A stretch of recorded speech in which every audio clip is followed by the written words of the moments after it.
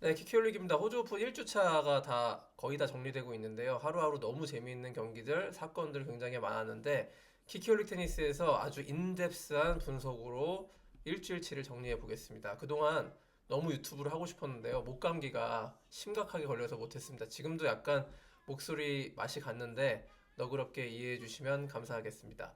자, 우승 후보 일단 남자 단식 3파전으로 좁혀졌다고 저는 정리하겠습니다. 노박 조코비치, 야닉 시너, 카를로스 알카라스. 자, 일단 조코비치 1번 시드 메이저 25회 우승을 노리고 있는 조코비치의 컨디션, 과연 우승을 할 수 있는 조건인가? 제가 이전 동영상에서는 조코비치가 1회전 치고는 굉장히 부진했기 때문에 좀 걱정스러운 말씀을 드렸습니다. 무엇보다 그 유나이티드컵에서 당한 손목 부상의 여파, 그 여파로 인해서 1회전에서 세계 랭킹 187위에 불과한 주니어 그랜드슬램 챔피언을 하고 갓 시니어로 넘어온 그 크로아티아의 프리즈미치와 4세트 4시간이 넘는 접전을 벌였거든요. 근데 또 거기서 그친 것이 아니라 2회전에서도 호주의 포피린을 만나서 뭐 명백히 한 수 아래의 적수죠. 4세트까지 갔고 특히 4세트까지 갔던 것 자체보다는 3세트에서 자신의 서브권 마지막 4대5로 뒤진 상황에서 트리플 세트 포인트의 위기가 있었다는 것입니다. 여기서 러프홀이 상황에서 그 러프홀이 상황을 서브로 간신히 벗어나면서 타이브렉으로 몰고 가서 역전승을 할 수가 있었는데 자 오늘 저녁에 에체베리와의 단식 3회전에서는 예전의 조코비치의 모습을 되찾은 것 같습니다. 베스트 폼으로 돌아갔다고 평가할 만하고요. 앱솔루트 베스트, 아주 최절정 베스트는 아니지만 3대 0으로 마지막 세트 타이브레이크로 깔끔하게 조코비치가 승리를 가져가면서 조코비치 팬들의 우려와 걱정을 어느 정도 잠재울 수가 있었습니다. 큰 우려는 이제 지웠다고 볼 수 있겠고요. 다만 조코비치한테 자 2024년 호주 오픈은 그동안 10차례 우승했는데 10번의 우승 경험 가운데 가장 어려운 축에 속한다. 저는 이렇게 전망하고 있습니다. 무엇보다 대진상으로 4강에서 야닉 시너, 결승전에서는 알카라스라는 난적을 자신보다 10살 아래에 10살 이상 적은 그런 젊고 떠오르는 실력이 늘고 있는 그런 난적들을 차례로 꺾어야 되기 때문에 굉장히 어렵다. 굳이 비교를 하자면 조코비치의 호주 오픈 10번 우승 가운데 가장 빛난다고 할 수 있는 2012년 호주 오픈 우승 과정과 비교하고 싶은데요. 당시에 조코비치는 자, 4강에서 앤디 머리와 5시간 가까운 혈투를 벌이고 또 결승전에서 나달과 더 오랜 시간 아주 엄청난 접전을 벌이는 그런 그 고생 끝에 우승했던 2012년 호주 오픈에 비견될 만큼 난이도가 높은 2024년 호주 오픈이다. 이렇게 일단은 전망하고 싶습니다. 자, 일단 야닉 시너도 한번 보겠습니다. 시너 프로로 데뷔한 이후에 생애 최고의 그랜드슬램 1주차를 보내고 있다. 이렇게 평가합니다. 무엇보다 무실 세트로 16강까지 올라갔고요. 지금 우승 후보 가운데 한 세트도 내주지 않고 16강으로 진출한 거는 야닉 시너 혼자뿐입니다. 자, 무엇보다 3회전 세바스찬 바에즈를 6대 0, 6대 1, 6대 3 엄청나게 일방적인 스코어로 이겼거든요. 작년에 이 세바스찬 바에스와 다른 곳에서 맞대결 했을 때는 풀세트 접전까지 갔던 걸로 기억합니다. 이렇게 그 불과 몇 개월 만에 야닉 시너는 전혀 다른 선수가 됐다라는 것이고요. 야닉 시너의 이런 흐름이라면 자 5세트 방식의 그랜드슬램에서도 이제 조코비치한테 한번 도전을 해볼 만한 흐름이 되지 않았나 이런 판단을 조심스럽게 해보겠습니다. 자 작년 무엇보다 ATP 파이널 그리고 이어진 데이비스컵 파이널에서 조코비치한테 2승을 거뒀죠. 자 최근 3번의 대결만 국한시키면 물론 3세트 제도이긴 하지만 야닉 시너가 조코비치한테 2승 1패로 앞서 있는 건 분명한 사실입니다. 자, 시너의 경기력이 최상으로 지금 호주 오픈에서 발휘되고 있는데요. 그 이유가 살짝 공개된 것 같습니다. 시너가 3회전 승리 뒤에 짐 쿠리어와의 인터뷰에서 밝혔는데, 자, 작년에 바에즈와 상하이 마스터스에서 붙었을 때는 그때 당시엔 코트의 어떤 공의 바운드 높이가 굉장히 낮았다. 이렇게 얘기했는데 이번에는 호주 오픈은 그거보다는 바운스 높이가 높다. 그래서 바운스가 높아졌다가 기다렸다가 때린다. 이렇게 그 인터뷰를 했습니다. 그래서 그 야닉 시너에게는 조금의 약간의 와인드업 할 수 있는 어떤 시간이 주어졌을 때 포핸드 혹은 백핸드에 아주 강력한 파워를 실을 수 있거든요. 그렇기 때문에 시너가 지금 약간은 작년보다 좀 더 코트 표면 속도가 느려지고 더 바운스가 높아진 지금 새로운 환경에 적응을 잘하고 있고 시너에게 더 맞는 그런 테니스 코트가 되어가고 있다는 분석입니다.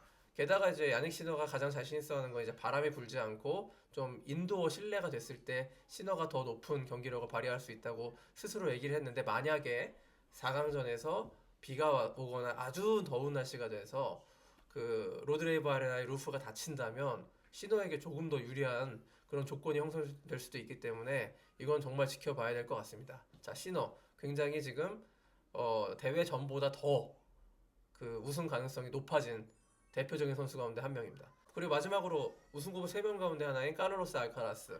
자, 실전 경기를 한 번도 치르지 않고 싱싱한 몸과 마음의 상태로 호주 오픈에 들어왔습니다. 약간의 이제 경기력이 좀 문제가 있을 것이다. 그 경기 감각에 문제가 있을 것이다. 이런 우려를 잠재우고 1회전, 2회전 다 무난하게 통과한 편이고 물론 2회전 소네고와의 대결에서 상당한 접전을 벌였죠. 두 번이나 타이브레이크를 갔고요. 한 번 타이브레이크는 또 졌습니다.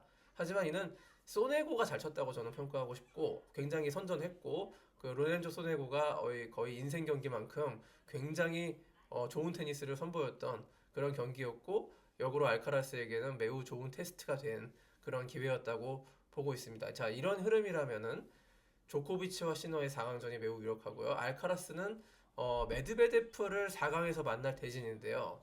자, 하지만 메드베데프의 행보가 영 시원치가 않습니다. 자, 홀거 루네마저 2회전에서 이제 광탈을 해버렸기 때문에 어쩌면 알카라스가 4강에서 만날 수 있는 상대가 이런 메드베데프, 홀거 루네 탑10 선수들이 아니라 디미트로프가 될 수 있는 가능성이 점쳐지고 있어요. 그럼 이 알카라스 디미트로프 이렇게 되면은 당초 대진보다 더 나은 대진으로 결승까지 오를 수 있는 유리한 조건이 알카라스에게 주어지게 된다고 봅니다.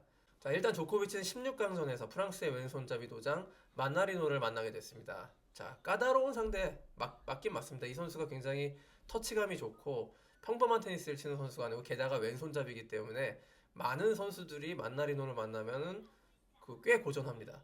그렇지만은 원래 예정됐던 16강으로 올라올 수 있었던 상대인 벤 쉘턴보다는 또 조코비치에게 위험성이 좀 덜하지 않나 이렇게 보고 있고요. 자, 모처럼 좀 16강에서 쉬어가는 코너로 조코비치가 이를 치를 수 있겠다라고 예상합니다.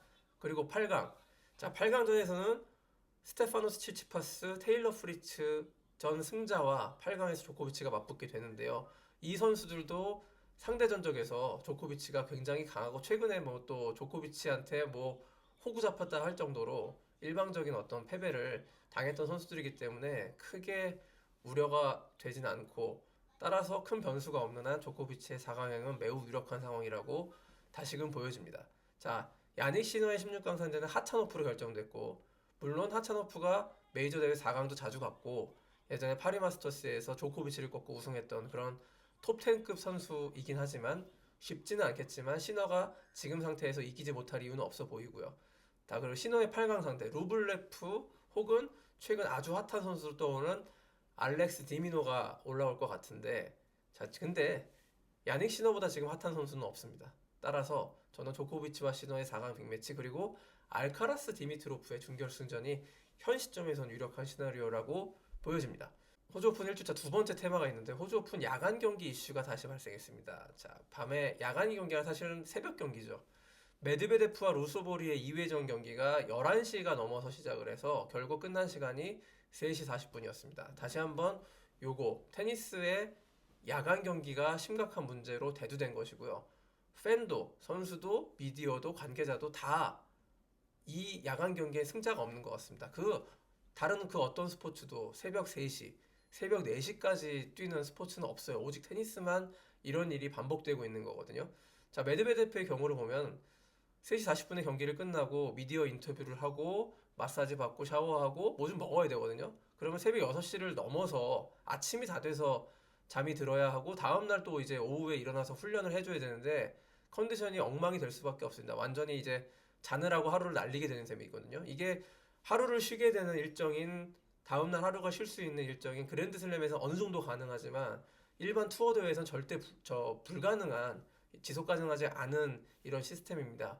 그래서 이 선수들의 컨디션 유지에 절대 불리하기 때문에 이런 악습은 반드시 개선돼야 된다는 것이 이번 메드베데프 루소보리전의 또 하나의 교훈이라고 볼 수 있겠고요. 이게 왜 이렇게 됐냐면 앞서 여자 단식 리바키나와 블링코바 경기가 타이브레이크만 마지막 세트에서 22대 20까지 갔잖아요. 타이브레이크 시간만 40분이 넘어간 뭐 기록이었습니다.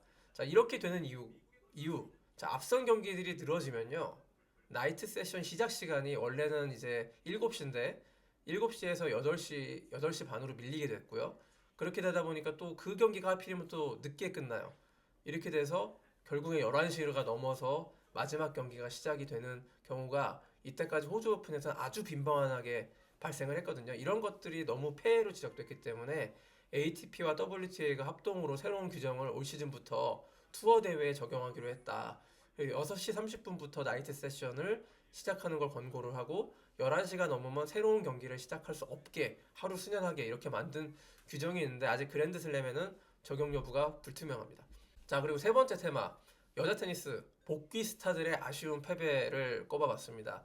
자, WTA에서 최고의 스타성을 가진 선수 바로 나오미 오사카죠. 그리고 또 한 명이 있습니다. 에마 라두카누가 있는데요. 각각 두 선수 모두 이번에 호주 오픈을 맞아서 전격 복귀를 했는데 1회전, 2회전 탈락했습니다. 이 선수들이 뛰면서 여자 테니스 전체적으로 관심이 증폭됐다는 걸 저는 여러 경로를 확인할 수 있었거든요. 작년까지 여자 테니스가 사실은 리바키나 이가 시비용택 이런 선수들 굉장히 잘 치고 호응을 많이 얻었지만 확장성에서 한계가 있었습니다. 오사카와 라두카누가 뛰게 되면서 여자 테니스가 다시 한번 탄력을 받을 수 있는 계기가 되기를 바라보고요. 그와 동시에 이번 대회에서 또 하나의 대형 스타가 탄생할 조짐이 보이고 있습니다. 러시아의 안드레예바가 불과 16살인데 이 선수가 1회전에서 온스자베르를 베이글을 먹여가면서 물리치고 3회전에서 프랑스의 페리에게 5대2로 뒤지다가 마지막 세트 대역전승을 거두는 그런 드라마를 보여주면서 안드레예바가 또 이 차세대를 책임질 수 있는 또 새로운 슈퍼스타로 올라갈 수 있는 잠재력을 보여줬다고 이렇게 평가가 됩니다. 마지막으로 여자 단식 우승 전선 한번 살펴보겠는데요. 리바키나가 2회전에서 조기 탈락하는 바람에 저는 사실 리바키나가 브리즈번 대회에서 사발렌카를 베이글을 먹이면서 탈락시키면서 우승을 했기 때문에 리바키나를 우승 후보 1순위로 보긴 봤지만 2회전에서 이렇게 불의의 탈락을 하게 되면서 우승 후보는 다시금 3파전 양상으로 좁혀졌다고 봅니다. 이가시비 용택 1번 시드, 그리고 US 오픈에서 우승했던 코코 거프, 그리고 디펜딩 챔피언 사발렌카입니다. 자, 그 중에서 사발렌카의 기세가 정말 돋보이고 있는데, 자, 무실 세트로 16강까지 왔고 3회전에서 우크라이나 좀 전쟁 중인 그 벨라루스의 전쟁 중인 우크라이나의 수렌코에게 더블 베이글 6대0 6대0 패배를 충격적인 패배를 안기면서 디펜딩 챔피언이 타이틀 방어할 준비가 됐다는 걸 확실하게 보여준 것 같습니다. 저는 일단 이 시점까지는 사발렌카가 우승할 가능성이 가장 높다고 예상하겠습니다. 자, 주말에도 빅매치가 많이 있습니다. 한 경기씩만 뽑으면 토요일에 저는 오제알리아심과 메드베데프의 남자 단식 32강전을 꼭 챙겨볼 것 같고요. 일요일에는 테일러 프리츠와 치치파스의 16강전, 조코비치 8강전을 위한 도전자를 선정하는 그런 16강전이 기다리고 있습니다. 이 두 경기는 꼭 챙겨보시길 권하고요. 주말에도 다시 한번 영상으로 찾아뵙겠습니다. 고맙습니다.